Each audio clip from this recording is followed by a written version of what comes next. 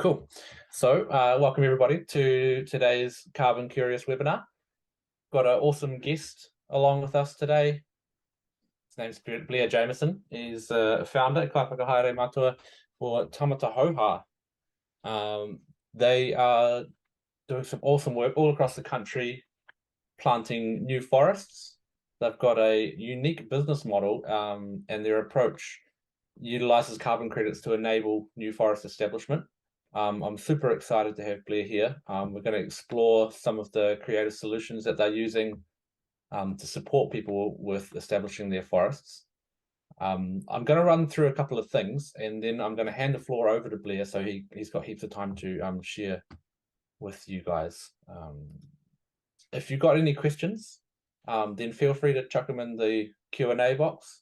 We've got a few questions that have already been submitted before the webinar, and so we're going to go run through those ones at the end, and if you have any that come up during it, feel free to chuck them in and we'll do our best to answer them. And so before we get started, I'll just give you a bit of a run through about who CarbonCrop is, and then we'll move on to sharing about Tāmata Hauhā. So CarbonCrop is a technology-based company. We have the aim of using artificial intelligence to help landowners to pull 1 billion tons of carbon dioxide out of the atmosphere and to lock it up in trees.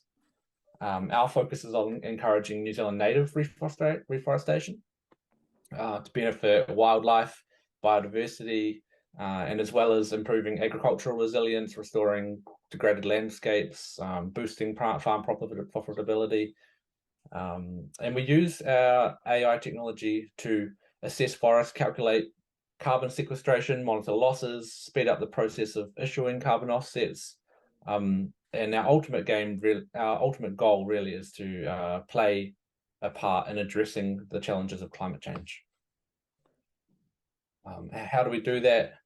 One of the ways that we make this happen is by supporting landowners to understand and to access the emissions trading scheme.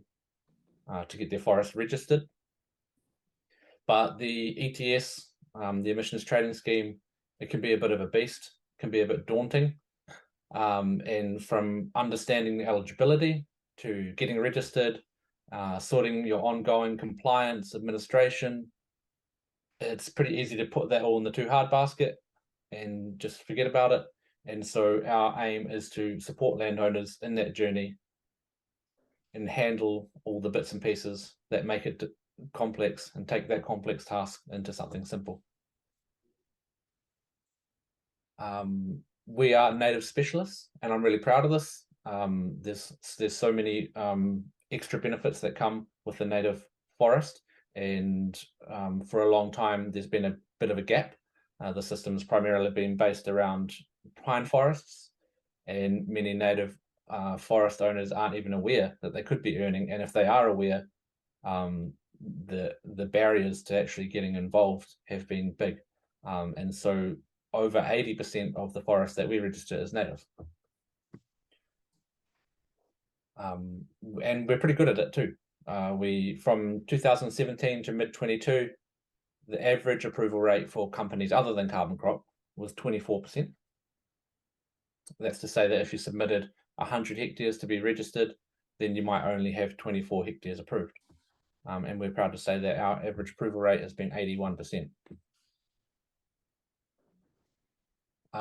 So yeah, that's a little bit about CarbonCrop. That's who we are.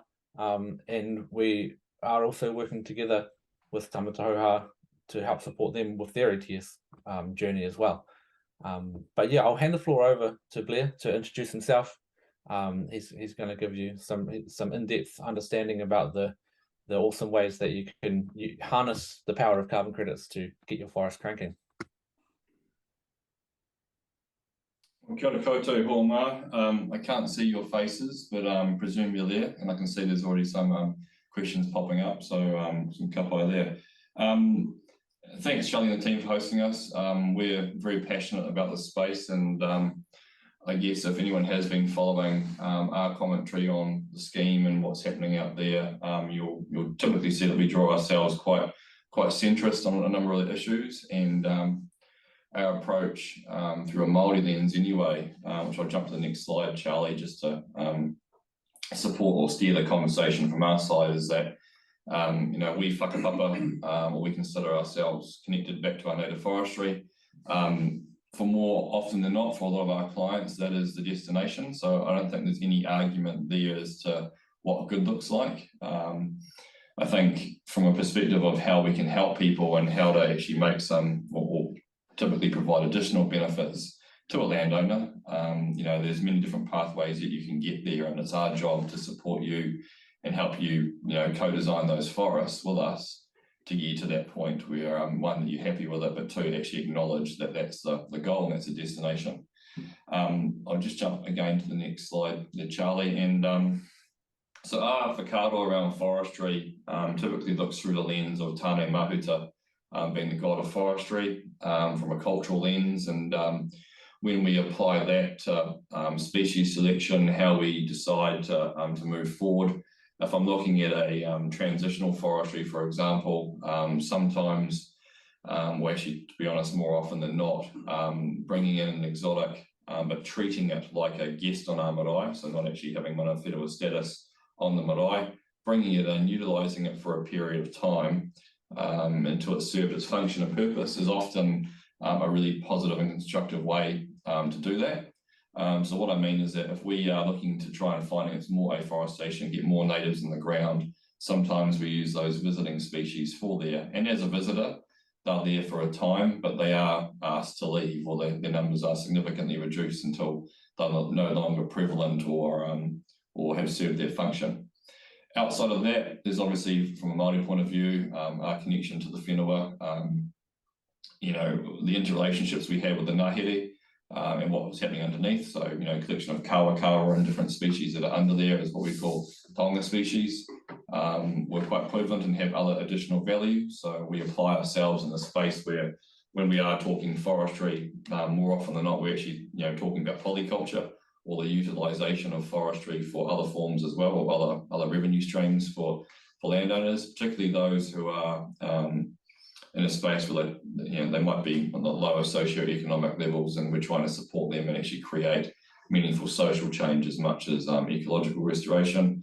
And then in the space of understanding how we use those manuhiri to actually create an environment, I liken our significant native trees, our rangatirarako, our podocarps and kokatia and tōturu, podocarp, but kodi, everything else. That's where, from our line of sight, that's the goal and the destination.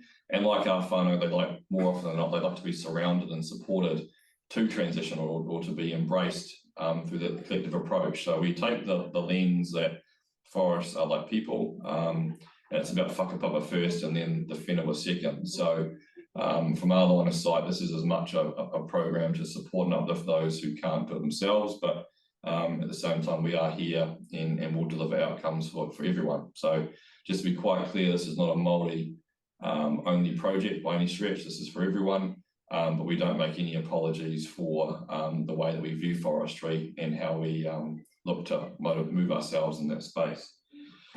So what I'd also like to do, my typical approach is to start at the end and then work back, and so everyone can kind of largely see where we're at. So we'll jump to the next slide there, Charlie. That's all good. And I'd like to start what we offer, and this is just to set the tone quite clearly as to what our support package looks like. We are financed through New Zealand interests. Some are actually in line with CarbonCrop, but we have a number of different groups that we work with who support us. The ultimate goal for them is more Indigenous forestry in New Zealand, but understand that if you are going to finance this, you have to pay your debt back. And there's no way around that. And so from our line of sight, as we believe we've got a process that we can do that, and we're funded to do that. So we provide in short, the full package of support. So we can turn up, work with landowners, co-design the forestry. Basically you get what you want. You're involved in every discussion around species selection and use and function. And then we'll pay for the planting, the pest control, the establishment, the whole lot, to make sure, and we guarantee those trees as an outcome. So we're not going to plant and walk away. We manage the whole process, including carbon trading. However, that's a conversation which brings us back to CarbonCrop and everything else as well as a partner. So But in short, we offer the long-term benefits of what people are looking for at no cost to a landowner. And when I also say no cost, and we'll touch on this a little bit later, we often end up in a space where we're returning landowners 5 to 6 times more through our approach than they would be just planting natives straight out of the gate. And that's quite helpful for a lot of people. Look, some people will just be natives and natives only, but from that perspective, where we get to on this is that if I was to say to someone, look, there's 4,000 stems per hectare after 15 years and only 50 of those 4,000 stems in the per hectare are exotic, are you actually going to have a problem with that? And you know, from our approaches, no. I mean, that's where we come from, and if the answer is yes, then it might not be for you, but you know, we make no apologies for that and say, look, there is a really smart, clever way to get there. And you know, if you've got a few oaks or a few Lusitanicas and that type of thing blended in with the native forest, to the majority of people in this country, you're not even going to be able to tell the difference, but you'll also have created opportunity to do more for your family and to do more for the whenua itself. I'll jump to the next slide there, if we can. So look, there's a number of, I've tried to really simplify it into how many categories of things we typically move in. The first two is like 96–97% of our work. We have supported a few whānau into production, and their desire to go into that has been to do a single rotation, create some meaningful outcomes. This is on whenua Māori Class 6 land. You know, for some meaningful outcomes, so that when it comes time to re-establish it, they'll be self-funded to hire their own whānau to do some work and move to native forestry in their own right. More often than not, we're in the top 2, as noted, and in the permanent forestry space, that can be largely applied from everything from agroforestry. We've worked with a number of groups in the Manuka plantation space, but you know, we'll go into a land block and plant significant amounts of Manuka, but we'll also space plant that or interplant that with some forms of eucalyptus trees that will flower during winter, which means that you get both a summer and a winter revenue stream, and you get a 5 times better return from the carbon in that space as well. So you're still largely, I mean, for having ukes there, you're not actually going to impact at all really on your Manuka because they flower at different times, and if you space plant it and structure it in a way, that's quite attractive for a lot of people. Also, some people who have planted Manuka and the market's bottomed out of it, we're actually now going through some plantations and actually adding or infilling ukes in those Manuka plantations. One, for the health of the bees, so give them that that winter feed supply, but also give them the carbon returns and ensure that their business is being supported in a way that you know, that they're not having to go to the government or anything like that, or go to the banks and leverage more. We can do it for them. Permanent transitional forestry is becoming more and more of a significant request of us. We're one of the front runners in that space around work. We've got 4 different projects that are working through with Scion and the likes at the moment.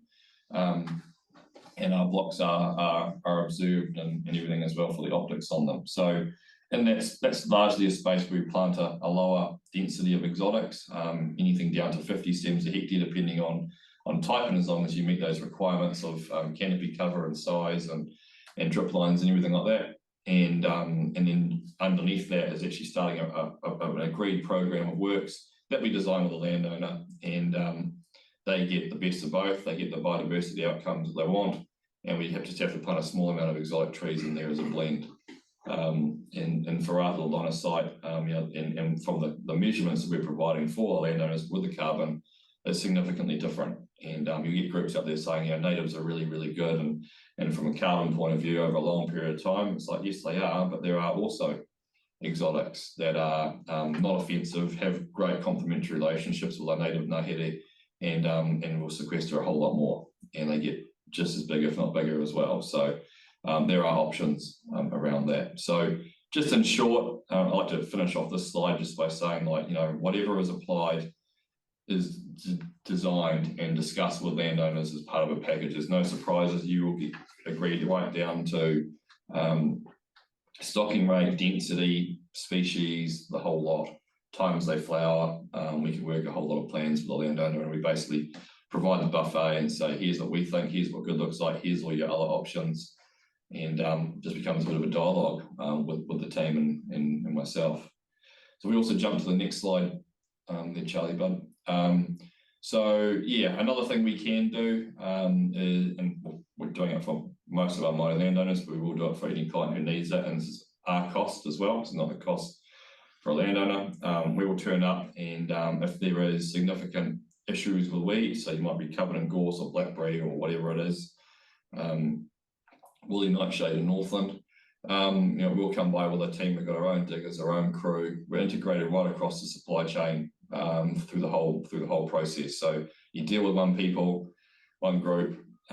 We're growing, we're financing it, we're doing the whole lot, and so we come by, and that's from us just being a true and effective partner is being that for a landowner. So we don't make it harder for them to have to manage multiple relationships.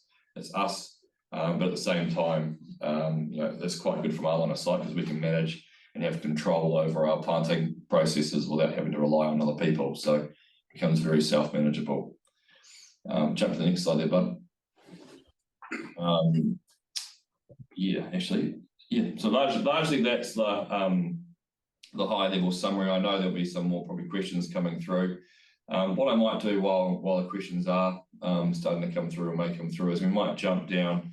There's a slide just below this one actually, Charlie, and that's just talking about how erosion can be applied. And what I would like to say, people, please ignore my quite crude drawing for people, but when we talk about the types of programs and riparian plantings and stuff like that, there's no reason that we can't actually utilize the ETS and riparian plantings.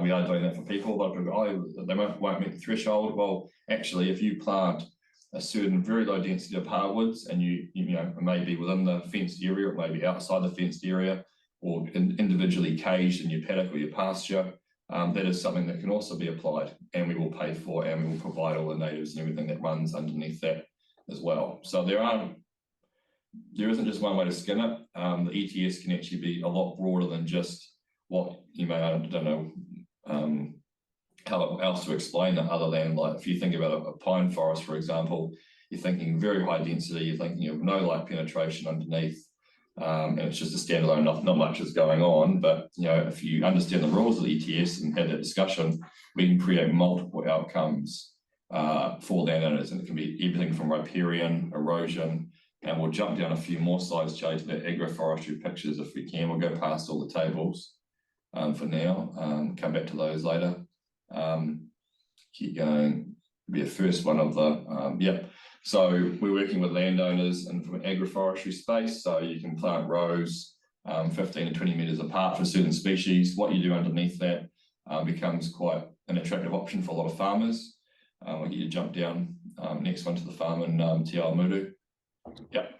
So another really good example was actually dairy farming. So this is a dairy farm that's run under a paulownia canopy, all part of the ETS, all being farmed underneath, and that integration that happens between the trees and the grass by picking the right type of tree that has a deep root system that doesn't affect grass growth, by actually picking something that's deciduous, that lets more light through and actually provides complementary feed.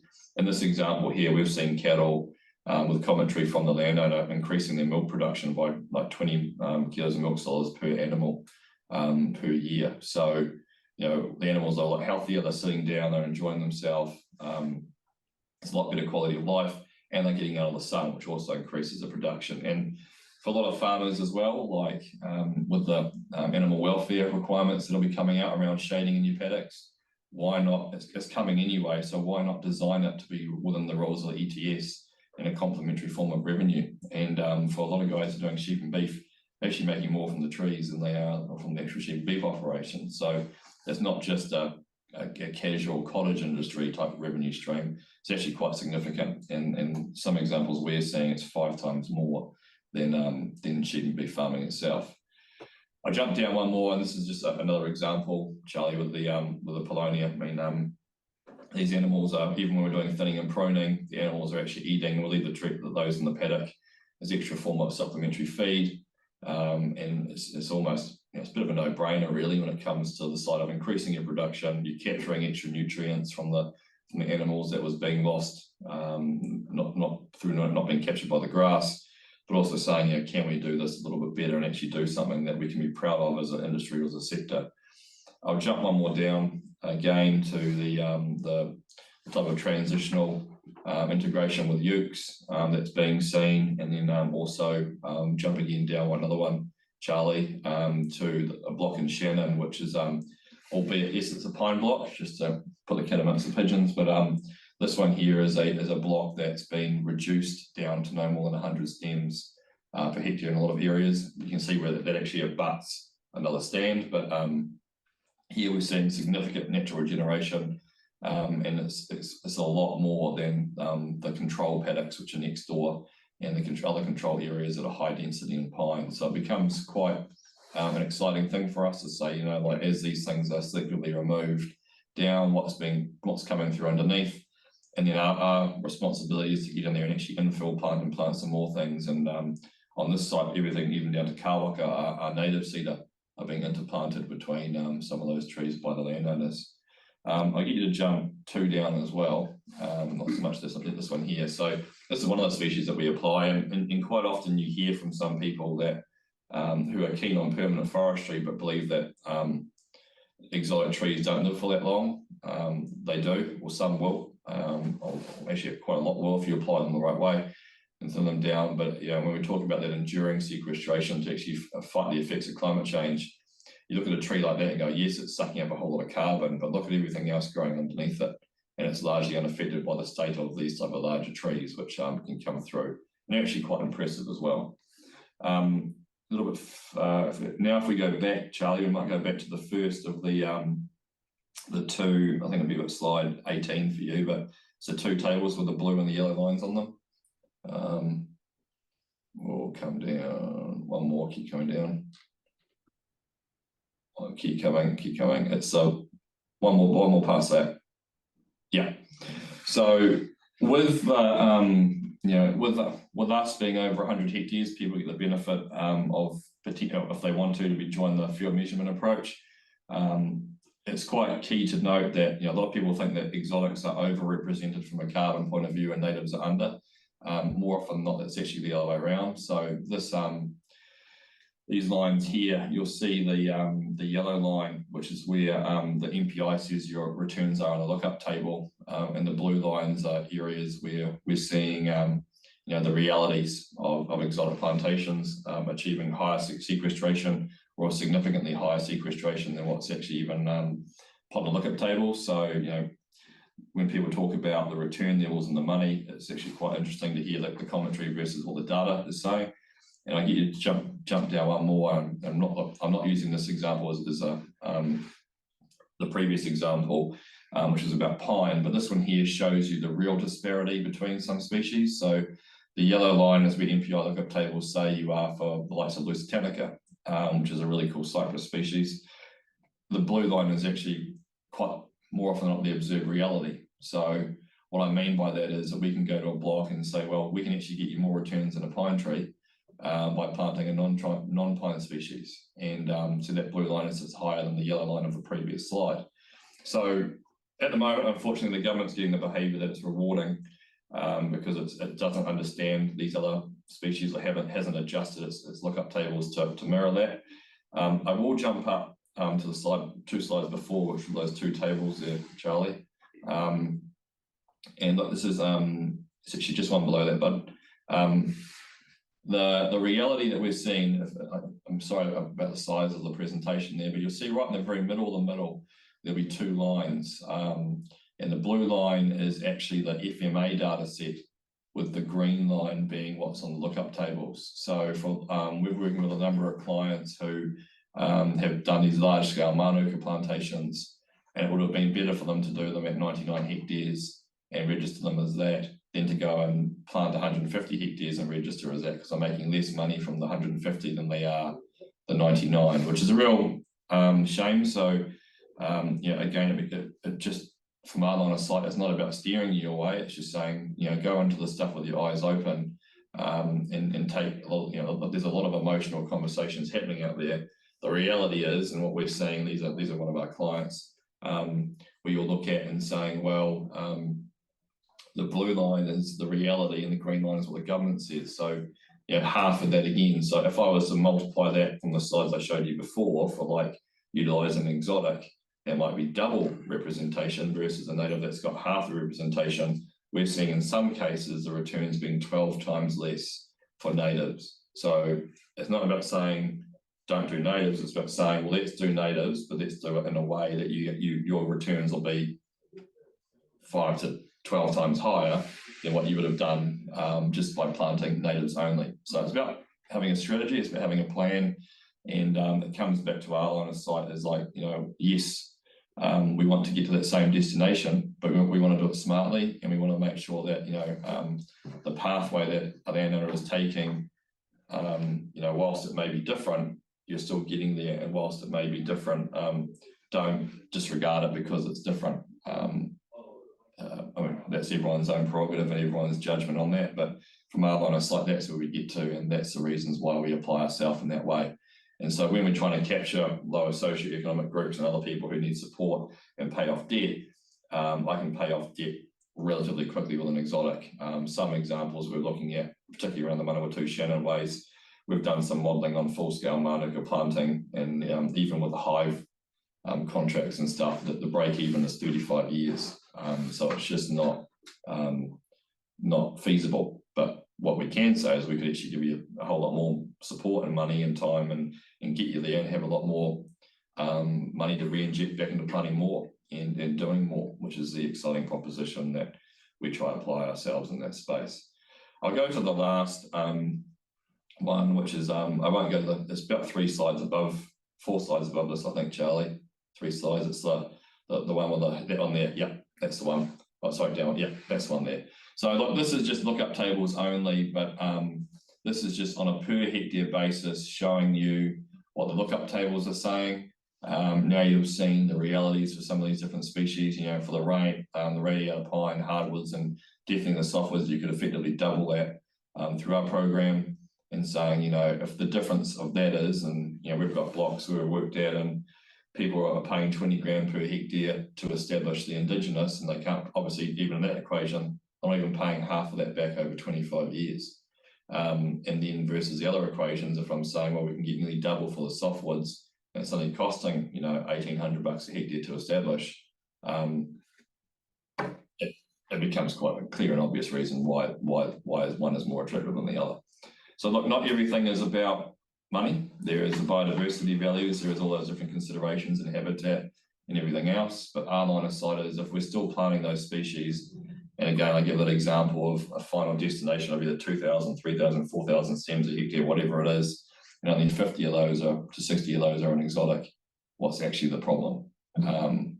I challenge many to try and come up with a feasible argument to that, as long as the species that we apply as an exotic aren't detrimental or behaving poorly, which is a clear and obvious approach for us not to do that.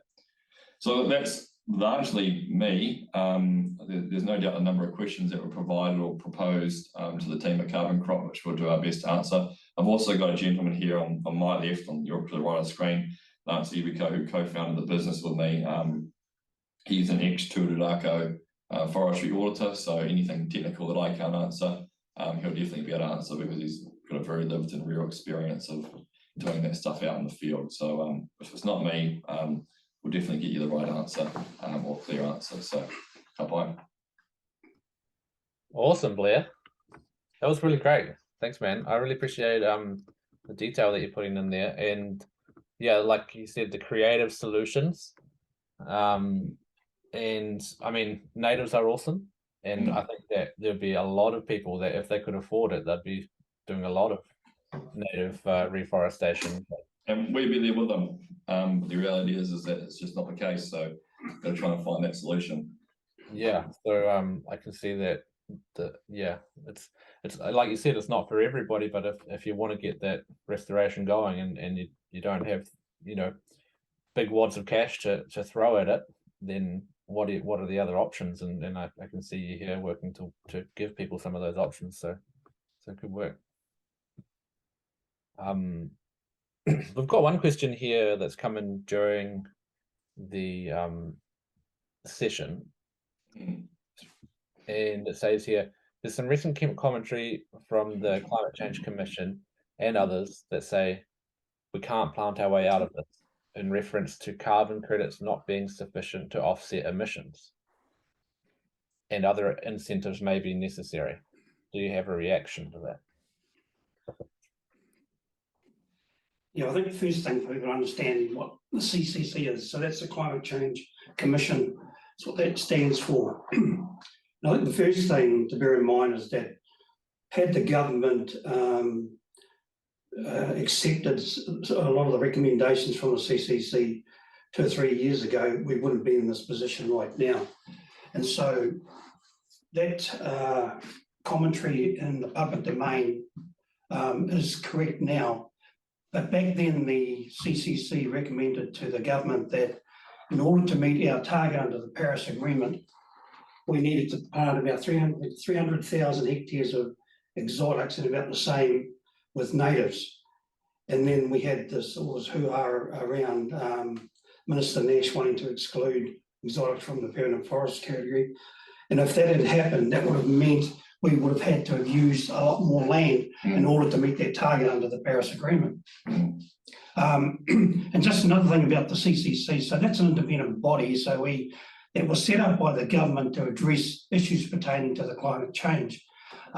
So I think they've basically shot themselves in the foot, and hence the situation we now face. So that commentary about not having sufficient is absolutely correct. So in order to meet their target under the Paris Agreement, we're relying on domestic removals from our forestry, as well as the acquisition of about 1 million units offshore. And at this stage, the government has not negotiated with any country to actually purchase those. Now, if we go down that pathway, that means that could be a potential cost of billions of dollars for New Zealand. And so these are some of the conversations we're having with the government and you know, both parties at the present time, or the opposition and the government as it stands. And from our line of sight is you know, actually having a clear and quite considered pathway to how to resolve that. And you know, we believe that domestically there's an opportunity to actually bring in and do what we're talking about utilising the lands that are neglected. In this country, there's 1.5 million hectares of Māori land. 80% of that is largely doing nothing, and half of that 80%, so 40%, I guess, in total of Māori land is growing gorse, blackberry, largely doing, you know, sweet F all. So from our line of sight, it's actually trying to support that and say, well, that's actually not focused necessarily on improving production or changing risk over here as much as saying there's an opportunity, one, to help people. Second opportunity is to actually make sure that there is an outcome that the government can actually feel proud of, and it's actually a really good story for them to tell that they were able to do that as well as do the biodiversity and the other things.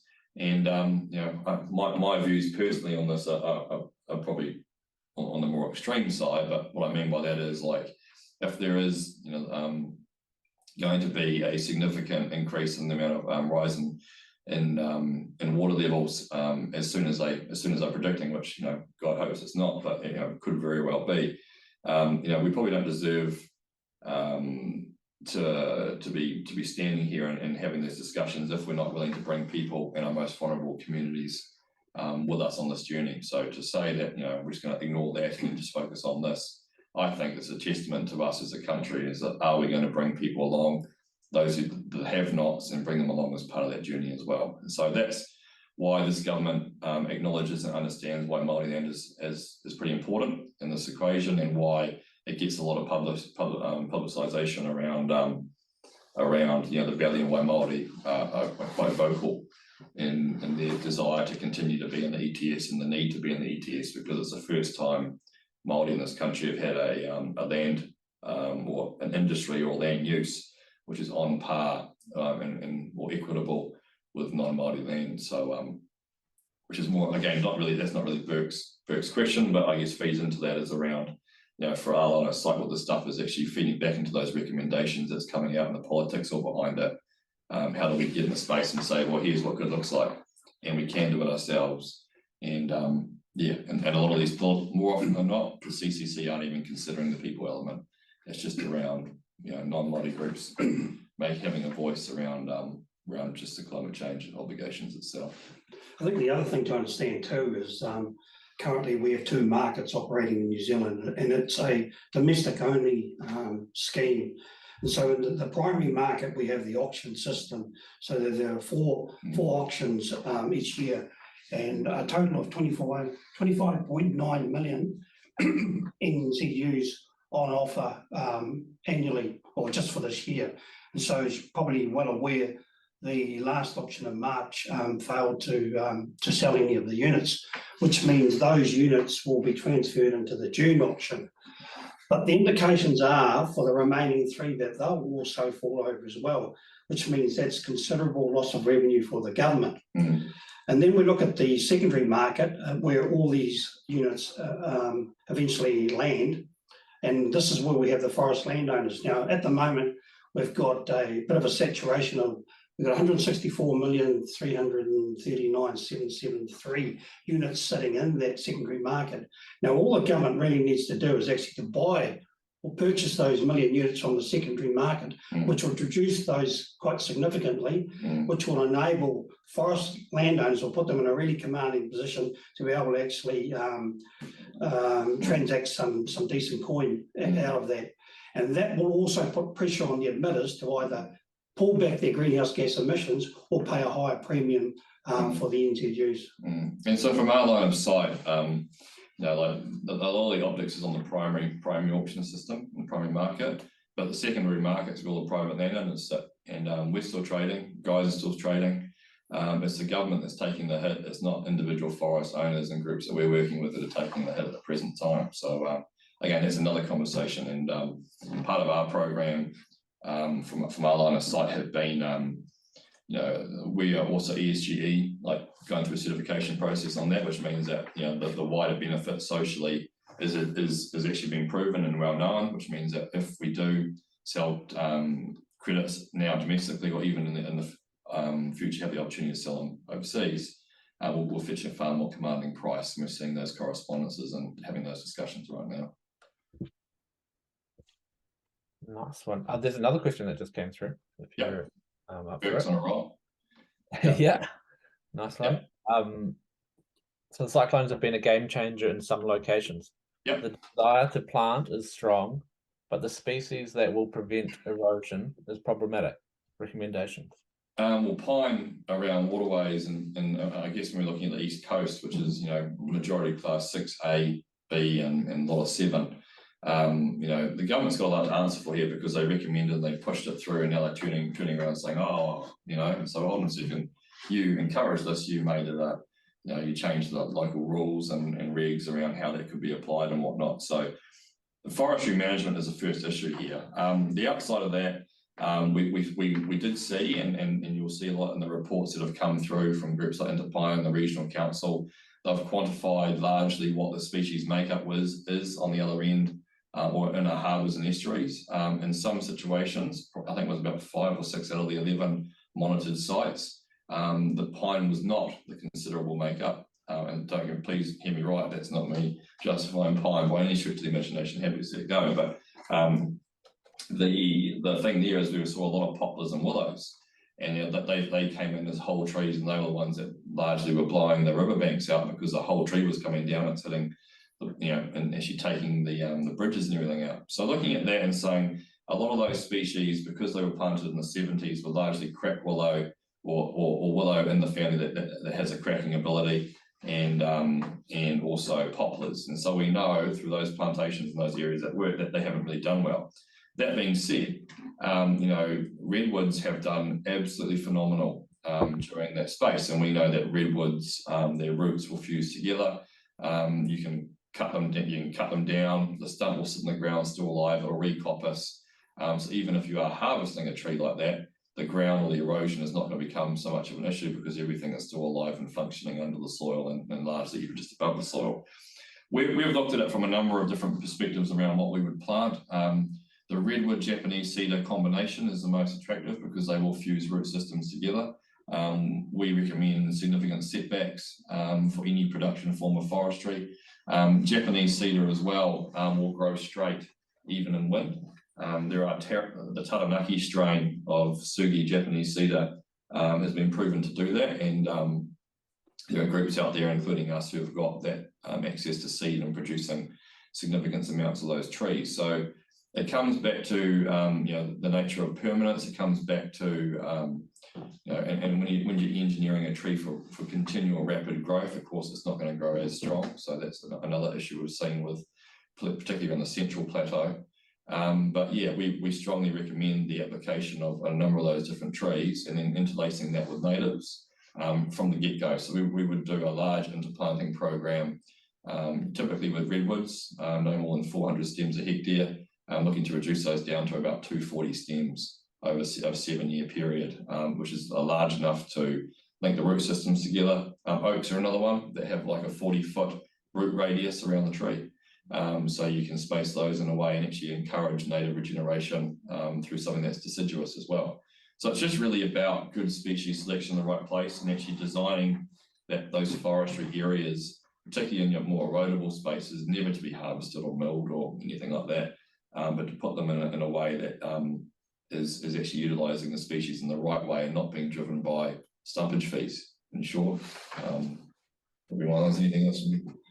I think just worthy of mention again, which you alluded to earlier around our joint venture projects with Scion to address similar issues. Yeah.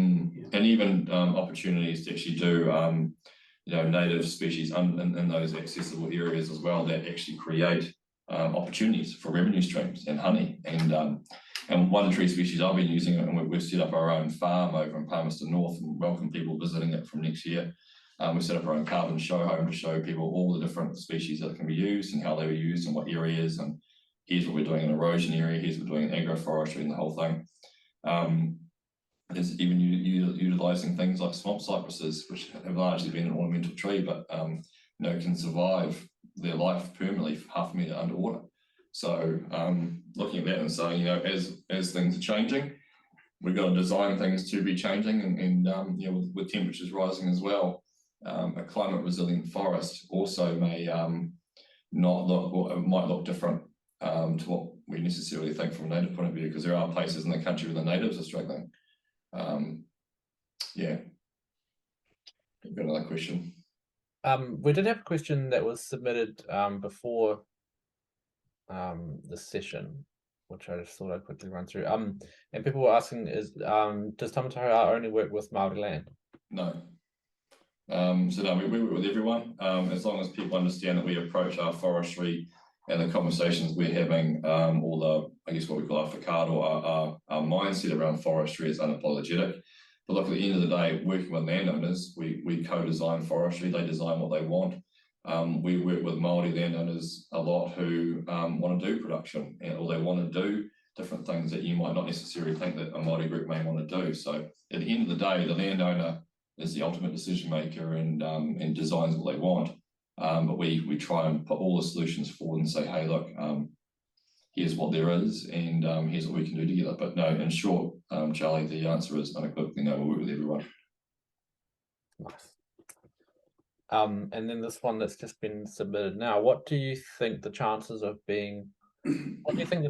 are of different native species not being lumped all together in the same growth tables? Is that going to happen in the ETS soon, do you think? Not soon, in short. I mean, we're having conversations all the time with the entities. I know there's there are people saying that there are some really cool figures and that type of thing been going, but what you will get is a full review. If the government go down a path and just modify natives without backing or modifying the exotics, they'll be in court in 5 seconds because they'll be manipulating real data sets for a political purpose, and they've already been taken to court a number of times by different groups and entities and on that regard. So the government has to stand on something. They can't just make it up, and sure, they have to stand on the credible. The science has to be real and genuine. It has to be able to be tested under law. It has to be able to be tested in court if need be. So we're not looking at that. I'll speak my own situation. So in Northland, we work with a number of different groups, and even on my one of our ahu whenua trust farms that I'm a part of, they've been doing a tōtara plantation, and it's been specifically designed for timber, and it's got through the process and everything. Those trees only just make it over the threshold. I've seen the data sets. It's very little difference to the lookup tables when you measure them over 100 hectares. So if anything that you would see is you might see a second ETS table created, which might half the current one and just call that regenerating manuka, and then everything else might largely go into something that looks largely the same. I'm not trying to be skeptical or be negative about it, but when we are measuring trees, and this is through the process, this is also against the measurement approach, right? So this is actually also to do with how we measure the trees, but that's not something I guess isn't the question. But if we measure them through that approach, it has to be applied consistently across the board. You won't see much change, and we're not seeing much change through monitoring blocks. And the other thing is the only thing that would actually represent a significant change is if we changed how we measure or capture the stored carbon in the forest. So if you're talking about using LiDAR and things like that, that's when natives would come up, absolutely. However, so exotics would also come up at a frightful amount. You might even see a multiplication of 4 times for some of those exotics. So I get where the question's coming from. I agree that I think people have heard me right. We all want to get there at the end and be 100% native, but the reality is everything in New Zealand grows slow. It's everything from our fish to everything. It's just the nature of the beast, unfortunately. Oh, well, I think that's pretty much us for time. There was a couple of questions that we weren't able to answer, but we might be able to pop them into our next webinar. But yeah, thank you guys so much for coming here today. I really appreciate you sharing all of your experience and knowledge, some real awesome details in there, and your approach is quite different to a lot of other planting, forestry industry representatives that I've met. So it's really awesome to get your unique perspective on things. And also thanks to everybody that's attended today and everybody that's watching this recorded. I hope that this gives you some value and some support on your journey to engaging with the ETS in some way. And like on the screen here, reach out to Tāmata Hauhā if you want to do some planting, or to CarbonCrop if you've got some forests that you want to register. So we're always here to support you on that journey. So thanks everybody. Do you want to say hooray, Blair? Yeah, well, thanks everyone for their time. And look, at the end of the day for us, like, we've got capacity to do some stuff this year, which is quite exciting to keep the door open. And but at the end of the day, like, our team will be happy to travel around, come meet with you, walk the whenua, understand your aspirations, because we like to run a process where the forest is aspiration led. You let us know that what you're trying to achieve, and if you want to be a better sheep and beef farmer, then let's show you how to do that with some trees. If you want to get into agroforestry, let's do that. Like, the world's your oyster on this stuff. So we don't come preloaded with anything. We're here to help. And also at the same time, if you disagree with our whakaaro around the whole thing, like, ka pai, like, it doesn't, you don't have to be forced into this. Like, this is our approach, and we just come with an open door and say, if you want to do something, we're here to do it. And the benefit of the program is there's no application fees, there's no application process, you don't have to do anything. Like, it's all about relationship. So we meet you, you meet us. If it works, then awesome, and welcome that conversation. So Choice. That's all from me. Thanks, Blair, and thanks for being here, Lance. I appreciate your input, bro. Okay, Thank you, Jet. cheers.